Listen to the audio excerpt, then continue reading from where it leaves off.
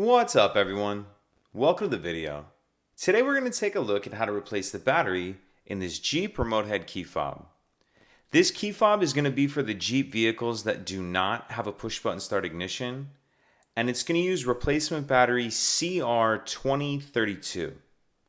I'll put a link in the description box of this video to where you can purchase these batteries if you're in need. The other thing I'm going to be using to do this is a flathead screwdriver.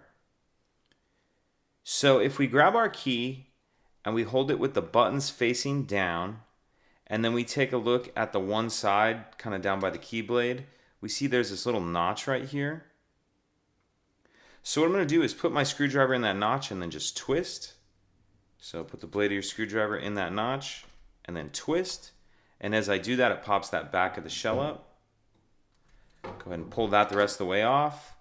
And then in the back piece, we see our battery right here. And you can use the screwdriver just to help get under the edge of it in this little cutout.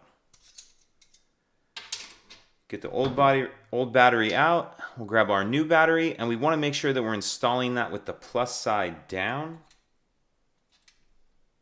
Snap that into that little holder like that. And then we'll just put this back piece on. And that's it. Pretty simple. If you have any questions, please let me know. If you could take a second to like and subscribe, it helps us out, and I'd appreciate it. Thank you.